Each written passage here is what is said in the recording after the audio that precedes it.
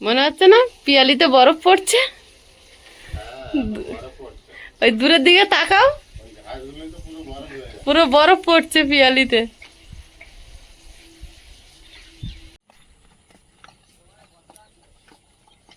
দুটো ঘোড়া আছে, তুই আয়।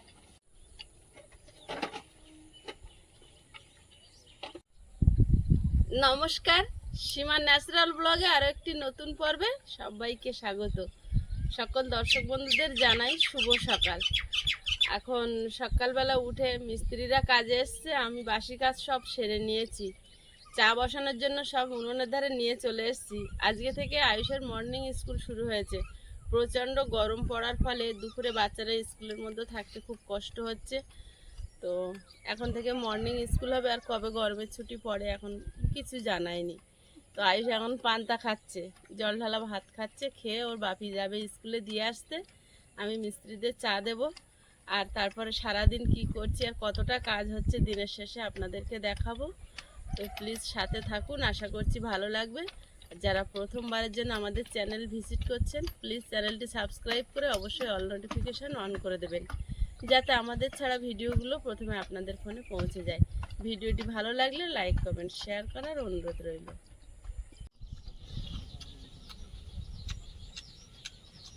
আয়ুষ, তুই পান্তা খাচ্ছ, স্কুলে যাবে?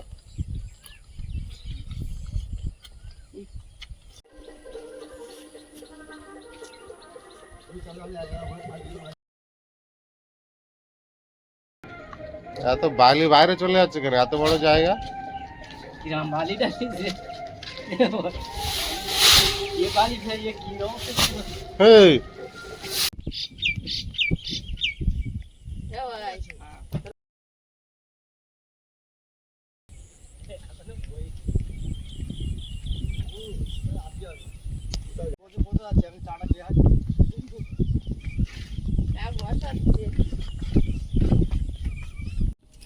রেডি?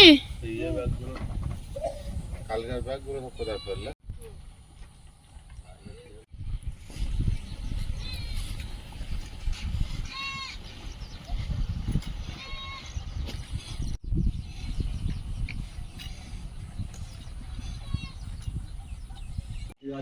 মিস্ত্রিদের চা দিয়ে দিয়েছি, আর আজকে আয়ুষের বাবা আয়ুষকে নিয়ে সকালে বেরিয়েছে একবার বাজার করে ফিরবে।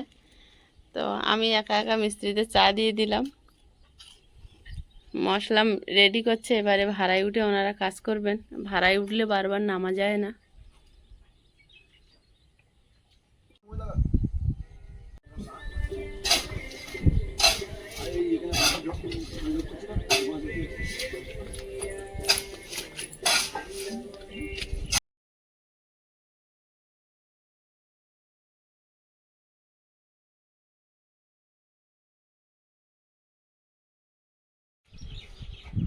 কলম সোজায় ইটের গাঁথনি হবে, সেই হিসাবে রডগুলো বাঁকিয়ে নিচে রাখতে হচ্ছে।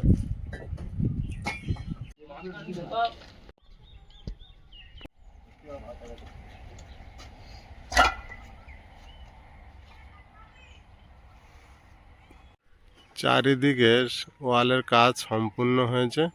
এখন ভিতরে যে পার্টিশানগুলো আছে ওই কাজগুলো চলছে। ওই কাজগুলো হয়ে গেলেই মোটামুটি ইটের কাজগুলো শেষ হবে।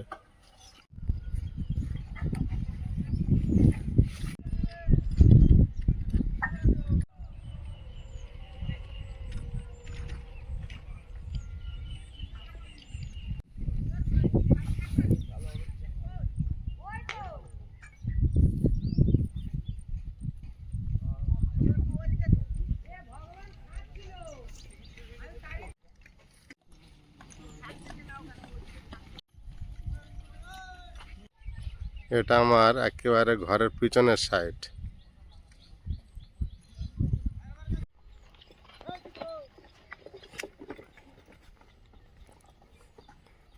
আর এটাই হলো আমার ওপেন সামনের ফ্রন্ট। চারিদিকের ওয়ালটা হয়ে গিয়েছে উপরে, শুধু মাঝখানের দেওয়ালগুলো কাজ করলেই হয়ে যাবে।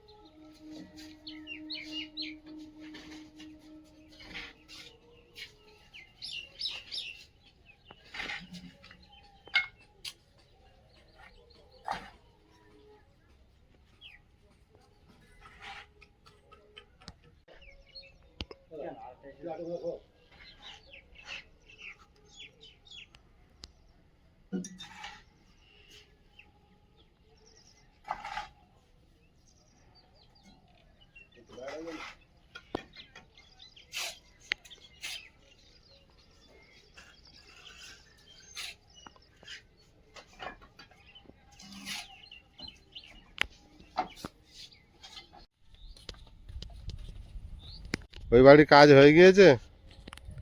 পূজা দিয়ে চলে এসেছি আর তুমি লেট করছো, দিয়েছিলাম ডিপ ফ্রিজে। তুমি লেট করছো, আমি তো বেরোবো, আয়ুষকে নিতে যাবো। যাও যাও, প্রতিদিন গেলে কিছু না কিছু নিয়ে আসি। হুম। প্রতিদিন গেলে কিছু না কিছু নিয়ে আসি। বরফ জমাতে দিয়েছিলাম ডিপ ফ্রিজে কালকের গিয়ে, আজকে নিয়ে আসলাম। আবার লেট হয়ে গেল, আমি যাই, তুমি এদিকে দেখো, সিমেন্টটা আবার লাগবে, আসতে লেট করছে। আমি আসলাম, এবার আয়ুষের বাবা যাচ্ছে। এই চলছে সারাদিন।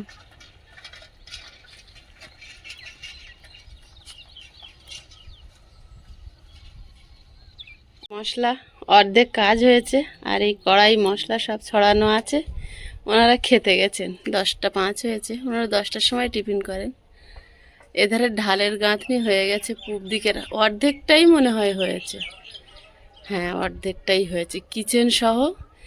আর এর দেওয়াল, মানে উত্তরের দেওয়াল, পূর্বের দেওয়াল, আর এটা তো হয়েই ছিল দক্ষিণ দিকেরটা। না না ভুল বলছি, না ভুল বলছি, এটাও হয়ে গেছে। আয়ুষকে নিয়ে আয়ুষের বাবা আসছে ওই দূরে। আমি ঘরের ভিতরে এসেছি, এখান থেকেই দেখতে পাচ্ছি।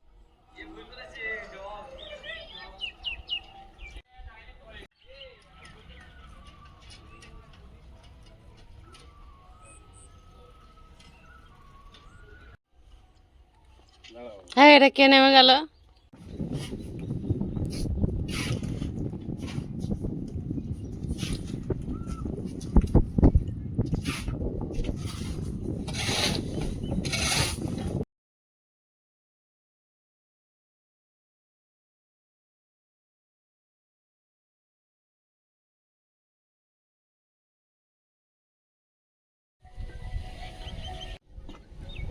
লাস্টিপ, তার মানে এখনো খাওয়া দাওয়া হয়নি? মুখ শুকনো হয়ে গেছে এই জন্যে। এটা আমার একটা দিদির ছেলে, আমাদের ওই বাড়ির পাশেই বাড়ি।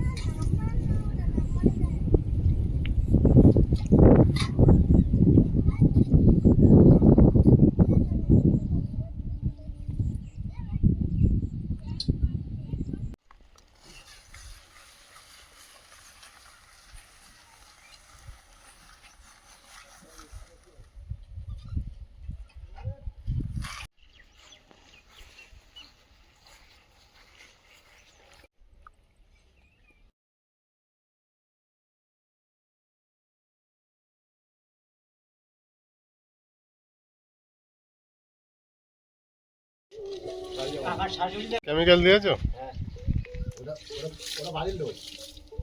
না না,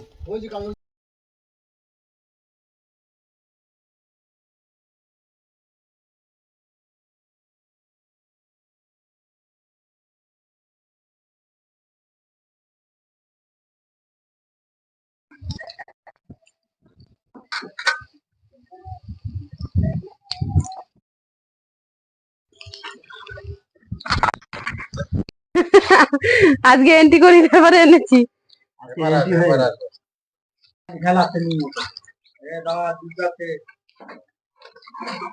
ডিস্টার্ব করলি তুই উঠুন, দরকার তোর কাজ করা লাগবে না। আজকের কিন্তু পড়া না, যা আজকের এই গামলাটা ভালো আসেনি। আজকের বুদ্ধ পূর্ণিমা লেগে আছে না, পড়ায়নি। সিদ্ধ আছে, সিদ্ধ আছে, যা যা যা এই গামলা তুই বুন্দাদারি খাওয়া খাইনি, আস্তে আস্তে খা। আজকের ভালো টেস্ট হয়নি বলো? ভালো, আজকেও ভালো সেদ্ধ করেছি আম। টক তো গরমের সময় দিবার যাও না কেন, না সব জিনিস তোমার মুখে ভালো লাগবেই। আর আমি তো আম কুড়ে নুন লঙ্কা দিয়ে তোমাদের খাই। সঙ্গে আমাদেরও খাওয়া হচ্ছে। তোমরা না আসলে কিন্তু আমরা বানাইনি, সময় হয় না। আজকে তো শখ করে আর বানানো হয় না, সত্যি কথা। ক্লাসটা আগে নিয়ে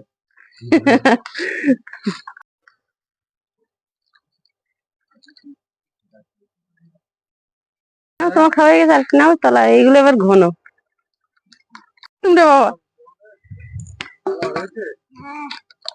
বাইরে বের হয়েছে? ঠিক আছে, বাইরে হাঁটো। এখন অতক্ষণ ঘরে থাকলে হয় না। বুঝলি গৌরব, বাইরে গরম তো, সবসময় ঘরে থাকে। ও সবসময় থাকে।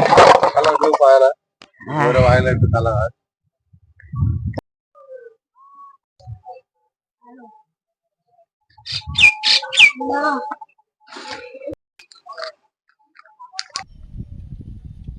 আয়ুষের বাবার চিরপরিচিত কাজে লেগেছে, মিস্ত্রিরা বাড়ি চলে গেছে, আমরা খেয়ে একটু রেস্ট নিচ্ছিলাম। কিন্তু মিস্ত্রিরাই বলে গেছে যে দাদা ওপরের গাঁথনি প্রচণ্ড রৌদ্র পড়ছে, একটু বেশি পরিমাণ জল দেবে। তো তার জন্য আবার ধরপড় করে উঠেছে। এখন ওই গাঁথনির সব ভেজাতে হবে, আর উপরে তো জল দেওয়াটা খুব কষ্টকর। আর আজকে কতটা কাজ হয়েছে সেটাই আপনাদের দেখাবো। ঘর কিন্তু গাঁথনির কাজ আর একদিন করলে হয়তো কমপ্লিট হয়ে যাবে, এটা আমাদের কাছে অনেক বড় ব্যাপার। সমস্ত ঘর আর ড্রয়িং রুমের মাঝের যে ওয়ালটা, সেই ওয়ালটা পুরোটা গাঁথনি হয়ে গেছে। আর ওটা যেহেতু লফট রাখা হয়েছে, তো ওইখানে একটা গেট হবে বলে ওইখানটা ছেড়ে রেখেছে।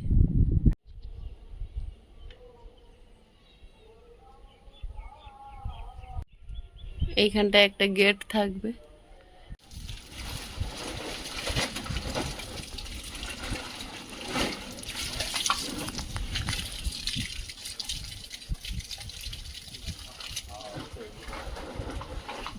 বালি চোখে পড়ে না জানো, চশমাটা নাই নিয়ে আসতে পারতে।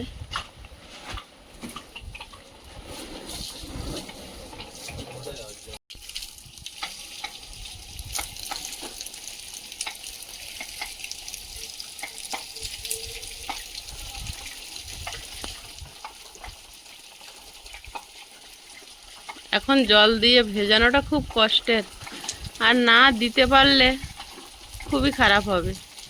এরকম একটা পরিস্থিতির মধ্যে আমরা পড়ে গেছি।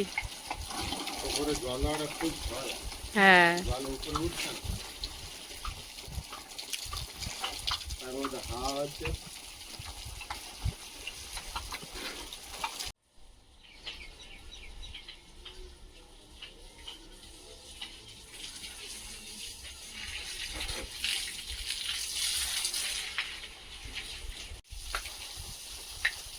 আমার গা পর্যন্ত জল চলে আসছে। দক্ষিণে হাওয়া। হ্যাঁ, আমার এই নীল বোতলটা ভরে দাও তো, এই ঠান্ডা জলে একটু খাই। এত গরম ব্যারেলের জল আমি আর খেতে পাচ্ছি না, তৃষ্ণাও মিটছে না। দাও ওটা ভরে দাও, খাই।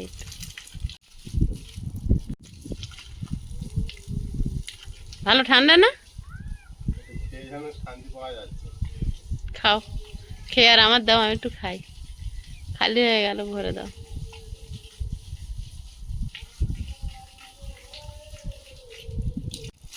কম অম্লিয়ারে জল খাওয়া ঠিক নয়, কিন্তু এখন যে গরম এখন খেয়ে বেঁচে নি, তারপরে ওই জলটা তো গরম হয়ে গেছে পুরোপুরি। ব্যারেলের জল রাত পর্যন্ত গরম থাকছে। একটা মাটির কলসি টলসি কিনবো না কি দেখি।